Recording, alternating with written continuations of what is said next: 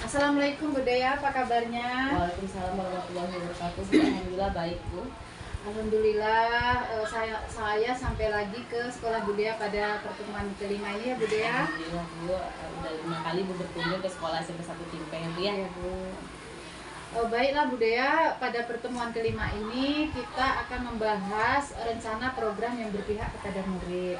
Kemudian tujuan dari pendampingan kita pada kali ini yaitunya yang pertama refleksi penerapan aksi nyata modul 3.1 yang sudah Bu Dea pelajari di LMS. Kemudian yang kedua, diskusi rancangan program yang berdampak pada murid.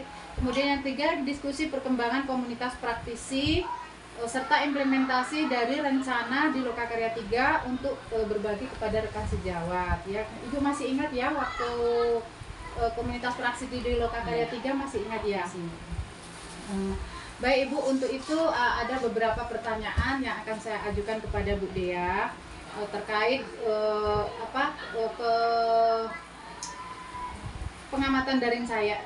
pengamatan saya terhadap belajar daring Bu Dea. Yang pertama, apa saja proses yang sudah berjalan selama 1 bulan terakhir Bu Dea? Baik Bu, yang sudah berjalan 1 bulan terakhir yaitu ketika dari sebelum PI 4 ya sampai sekarang PI 5 itu adanya pengerjaan tugas-tugas di LMS pada modul 3.2 yaitu tentang pemimpin dalam sumber daya Bu ya.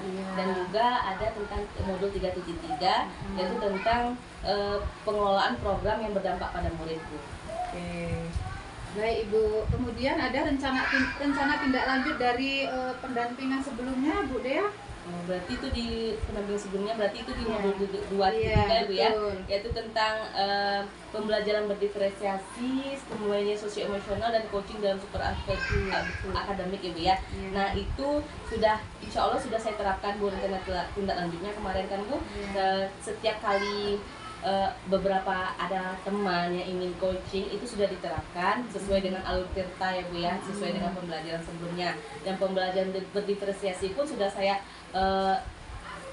imbaskan kepada teman-teman Bu. Contohnya kemarin juga ke teman-teman yang menanyakan untuk mengambil video UKIN ya Bu ya, UKIN PPG. Kak, sebenarnya pembelajaran berdiferensiasi itu seperti apa inti pokoknya. Yang penting Anda ada diceritakanlah, diberikanlah ada diferensiasi konten, produk, proses. Nanti di kelompok. Terserah, tidak harus masukkan produk. Kalau ada minimal 2 ya Bu, 2 diferensiasi yang ada di dalam itu. Akhirnya diterapkan, dibimbing teman tersebut untuk pembuatan video UKIN gitu Bu. Oke. Kemudian capaian selama 1 bulan terakhir berdasarkan jurnal pemantauan daring yang sudah Ibu lakukan apa saja kira-kira Bu ya? Dan yaitu tentang pemetaan aset ya Bu ya, terakhir ini Bu ya, pemetaan aset sumber daya. Berarti terakhir yaitu pada modul 3.2 Bu, yaitu sudah mengumpulkan beberapa personil yang untuk mengetahui, ditanya, diwawancarai apa aset yang ada di sekolah dan perlu dikembangkan. Ternyata ada beberapa memang aset yang belum dikembangkan Bu gitu. Yang kita sebelumnya saya nggak tahu bahwa itu aset ternyata ya gitu. Gitu belum dikembangkan, itu capaian itu. Oke Bu, luar biasa Ibu, aktivitas-aktivitas yang Ibu lakukan baik di LMS maupun di aksi nyata. Ibu selalu memberi kesehatan dan semangat untuk menyelesaikan program pendidikan guru penggerak sampai selesai hendaknya ya Ibu. Sukses selalu ya untuk Ibu ya. Semangat Ibu, terima kasih semangatnya ya Bu ya. Oke, baik Ibu, kemarin Ibu sudah melakukan observasi pada rekan teman sejawat ya Ibu ya? Iya udah. Nanti dikirim aja videonya ke saya ya Bu ya. Oke, videonya kirim ke saya. Udah di pula LMS udah dikirim. Iya. Nanti kan pasca yang nanti pas pembuatan baru ditambah ya Bu ya. Oke. Baik Ibu, ada beberapa hal lagi yang saya tanyakan terkait modul 3.1 ya Bu ya. Bagaimana proses Ibu dalam menemukan atau mengidentifikasi sumber daya yang ada di sekolah Ibu? Baik, dalam menemukan dan identifikasinya otomatis saya memahami betul Bu ya, 7 aset ya, aset-aset yang dikategorikan dalam 7 aset ya Bu ya. Ada asetnya manusia, ada fisik. Jadi di sini luar biasa Bu, kita memiliki yang S2-nya 1 orang Bu ya, waktu kepala sekolah Bu ya, itu udah S2 dan lagi berjalan 2 orang Bu. Terus di dalam fisik Alhamdulillah bisa terlihat Ibu, kita dekat dengan masjid ya Bu ya, dekat dengan masjid udah ada labor IPA, labor itu, jadi dengan memahami dengan 7 macam aset tubuh, jadi diidentifikasi, ditanya ke kepala sekolah, pemangku kepentingan, itu adanya aset budaya apa yang ada di sini, lingkungan, politik, finansial, dan agama ya. Oke Bu, luar biasa ya yang ada di sekolah Bu Dea, berarti di sini sudah memahami masalah aset ya Bu Dea. Kemudian apa saja kendala atau tantangan yang Bu Dea hadapi saat melakukan identifikasi sumber daya sekolah dan bagaimana Ibu mengatasinya? Baik Bu, terkait sering berpikir adanya aset yang tersembunyi ya Bu ya, Iya, aset betul. tersembunyi yang belum ditemukan. Iya. Dan untuk pemanfaatannya tuh kadang sulit menentukan aset tersebut dapat dimanfaatkan di sekolah atau tidaknya gitu Bu. Contohnya seperti apa itu Bu Dea? Contohnya Bu ya, seperti daerah Bu ya, budaya ya Bu ya, di budaya, jadi budaya di daerahnya Bu ya. Ada gini Bu, ada kan kita beragam budaya, ada yang di sini Bu. Di sini ada Sunda, Jawa. Jadi kadang memang ketika anak memiliki kemampuan, ada budaya kayak karakter silat tubuh, itu luar biasa bagus kemampuan diri anak-anak, bisa dimanfaatkan untuk O2SN ya Bu ya, O2SN. Namun kadang itunya beda Bu, beda kata olahraga ternyata beda. Untuk silat budaya dengan untuk O2SN, O2SN ya Bu ya, Iya, itu berbeda, O2SN. berbeda gitu. Oke, luar biasa ya Bu Dea. Sekarang bagaimana perasaan Bu Dea ketika berhasil mengidentifikasi sumber daya di sekolah? Perasaan Bu Dea seperti apa? Senang gitu Bu, sangat antusias dan senang bahwasanya SMP 1 Timpe ini punya luar biasa, aset yang luar biasa Bu, yang bisa dapat diidentifikasi luar biasa. Ternyata ini aset ya, bukan sembarang-sembarang, berarti ini bisa dimanfaatkan ya. Kalau kita kan biasa umpamanya aset itu cuma berupa barang, laptop gitu, dengan CGP yang udah 5 orang sini aset loh Bu gitu, untuk pemanfaatan pembaruan ilmu di sini. Oke, luar biasa Bu Dea. Apa pertimbangan Bu Dea dalam menentukan sumber daya di sekolah itu? Pertimbangannya Bu ya, mungkin akan membuat beberapa program-program yang nantinya pasti berpihak pada murid ya Bu ya, berpihak pada murid. Senantiasa semua pertimbangan untuk menentukan sumber daya itu untuk murid, untuk siswa, untuk perkembangan siswanya Bu ya. Semuanya muaranya ke siswa ya Bu. Oke Bu Dea, apakah saat Ibu Dea membuat menentukan sumber daya tadi, apakah terdapat hal lain yang dapat dijadikan sumber daya sekolah yang belum Bu Dea temukan dalam proses yang sudah berlangsung? Ada gitu ya. Mungkin kayak media sekolah, media sosial ya Bu ya. Media sosial ya Bu Dea. Iya Bu. Oke Bu, kita masuk pada refleksi proses pengambilan keputusan ya Bu ya. Berdasarkan hasil pemetaan yang Ibu lakukan, bagaimana hal tersebut, atau maksudnya kemarin kan Ibu sudah mewawancarai kepala sekolah kayak gitu ya. Bu. Iya. Bagaimana hal tersebut mempengaruhi proses pengambilan keputusan yang Ibu lakukan? Hal tersebut kan udah diwawancari pas sekolah Bu, dari tempat aset-asetnya. Mungkin akan merancang aku melalui pemetaan tersebut, mungkin akan aset-aset tersebut, identifikasi itu akan dijadikan satu program yang nampaknya untuk program-program yang merancang kepada murid, bekerja kepada murid itu. Hal yang menurut Ibu itu masih perlu dikembangkan atau perlu dievaluasi lagi gitu, apa itu kira-kira?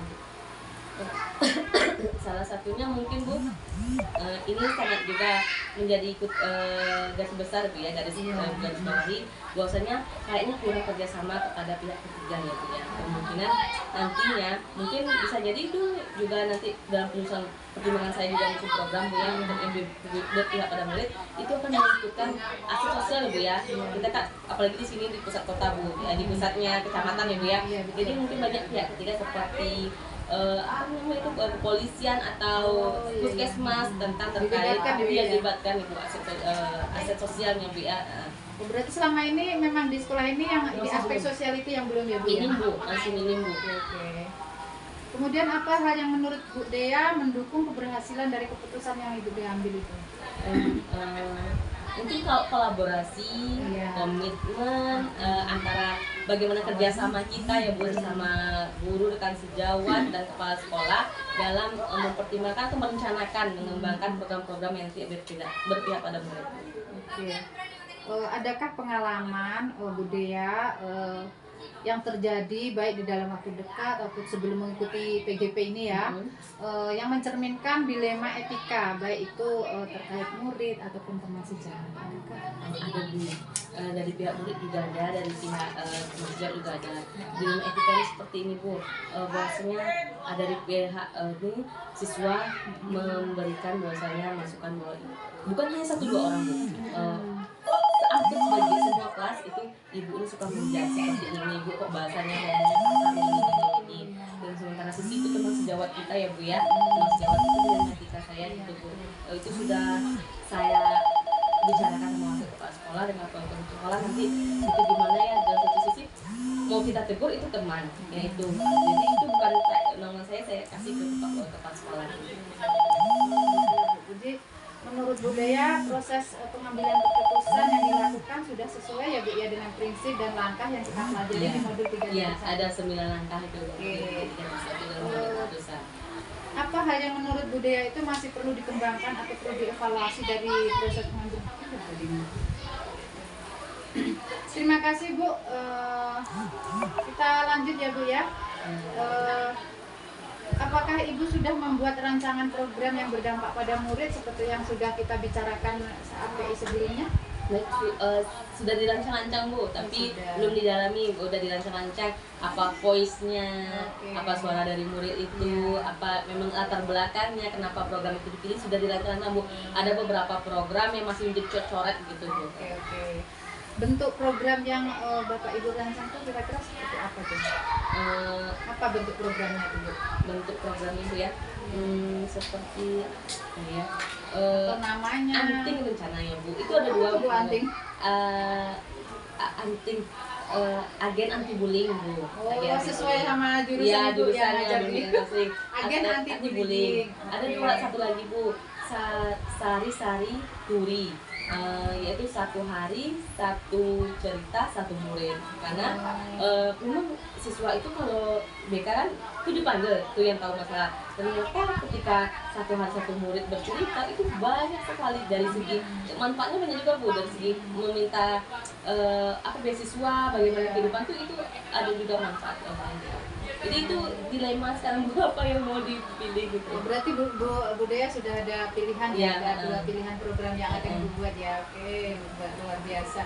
Kemudian dukungan apa yang Budaya perlukan untuk menerapkan program yang sudah Ibu buat itu? Dukungan otomatis awal pertama tuh dukungan dari kepala sekolah Bu ya, setidaknya izin ya, izin otomatis kita dinaungan di dalam sekolah. Baik Budaya, kita lanjutkan dengan perkembangan komunitas praktisi yang sudah kita bahas di Lokakarya 3 ya Budaya. Apakah Budaya sudah merintis komunitas praktisi di lingkungan sekolah Budaya ini? Kemudian bagaimana peran komunitas ini terhadap belajar Bapak Ibu di sini? Baik Bu, alhamdulillah sudah ya Bu ya, sudah berjalan 4 kali pemberian materi Bu ya. Programnya udah 4 kali berjalan Bu ya. Dan alhamdulillah sangat bermanfaat untuk Bapak Ibu tentunya. Yang biasanya Bapak Ibu tuh pakai hanya pakai biasa, kan kemarin ada materi kuisi, sekarang udah pakai kuisi semua, udah ada manfaatnya Bu. Apa saja perubahan menyenangkan yang Budaya alami dari rekan di komunitas praktisi Budaya yang sudah berjalan itu? Perubahan yang menyenangkan itu tadi Bu ya, perubahannya tuh sekarang udah berbasis IT semuanya Bu. Sudah dulu kan hang barang nggak tahu gitu, apapun nggak tahu, semua nggak tahu. Sekarang alhamdulillah sudah berlomba-lomba Bu, sudah berlomba dalam ke IT, dan proses pembelajaran itu udah berbasis berpihak pada murid, udah banyak yang berubah dari rekan-rekan sejawat lainnya Bu, dari Kombel ini, komunitas praktisi ini. Apa rencananya yang akan Budaya lakukan di komunitas praktisi Budaya setelah program CGP ini selesai Budaya? Otomatis insya Allah Bu tetap berjalan, itu kata Bapak Kepala Sekolah Bu, tetap berjalan walaupun CGP bukan ada kepentingan CGP, tetap berjalan komunitas praktisi sampai alhamdulillah di Arka sudah dianggarkan 1 bulan sekali itu ada untuk anggaran untuk Kombel. Luar biasa itu betul ya. keren lah itu Bu. Kemudian dukungan yang Bu Dea perlukan untuk komunitas praktisi Ibu agar bisa terus berjalan bersama keberlanjutan gitu. Ya, tadi alhamdulillah pas sekolah dari finansial sudah Bu ya. Itu untuk rekan sejawat lagi untuk berpartisipasi aktif ya Bu ya. Ikutlah gitu setiap ada kombel. Inginnya Bu dukungannya itu udah kombelnya sampai ke kabupaten lagi Bu. Udah itu Bu. Baik Ibu, kita akan hari ini kita lanjutkan ke dialog pasca observasi pembelajaran. Kemarin kan Bu Dea sudah memvideokan wawancarai pra-observasi sama teman sejawatnya. Jadi hari ini kita akan melakukan coaching pasca observasi dengan rekan sejawat Ibu dengan didampingi oleh saya sebagai PP. Apakah Ibu sudah siap? Sudah Bu. Nanti kita ambil videonya di ruangan sebelah ya Bu ya. Oh baik Bu Bu ya, dengan rekan sejawat saya Bu ya. Oke Bu. Setelah Ibu menjalani program PGP ini, apakah hal yang menurut Ibu paling Ibu kuasai dari materi-materi yang sudah dipelajari Bu? Dari CGP ini materinya Bu? Iya betul. Mungkin kalau paling senang itu di materi coaching ya Bu ya, di coaching. Karena itu selain itu menantang itu juga sejalan dengan bidang saya di BK Bu ya. Iya. Materi apa yang Ibu rasakan masih membingungkan atau masih ragu, masih ingin dipelajari lebih dalam lagi, itu materi yang bagian Aset kayaknya. Oh di aset. Di aset ingin lebih dipelajari lagi gitu manfaat dan yang itu Bu, aset tadi. Baik Ibu, jangan lupa Ibu untuk mempersiapkan, terus menyebarkan dan mengumpulkan menginput survei tentang kompetensi guru penggerak di feedback 360 ya Bu ya, yang sudah pernah kita lakukan dulu saat di PI 3. Kegiatan ini nanti sudah harus dilakukan sebelum pelaksanaan PI 6 ya Bu ya. Jadi nanti apa-apa yang sudah kita rencanakan. Survei yang kemarin itu dikasih lagi ke murid, rekan sejawat itu ya. Kemudian melakukan diskusi terkait pemetaan aset ya. Jadi ini nanti di PI 6 saya akan bertanya-tanya kepada aktor-aktor yang mewawancarai aktor jadi nanti sebelum PI 6 ini Ibu sudah melakukan pemetaan aset terlebih ya, kepada nanti diskusi kepada kepala sekolah mungkin, rekan sejawat atau pihak-pihak lainnya. Itu boleh per pribadi berdua gini Bu atau langsung dikumpulkan gimana Bu? Itu bagaimana baiknya saja. Tapi saat nanti kita waktu di PI 6 kita kalau bisa berkumpul bersama ya. Baik Ibu, terima kasih waktunya hari ini. Assalamualaikum.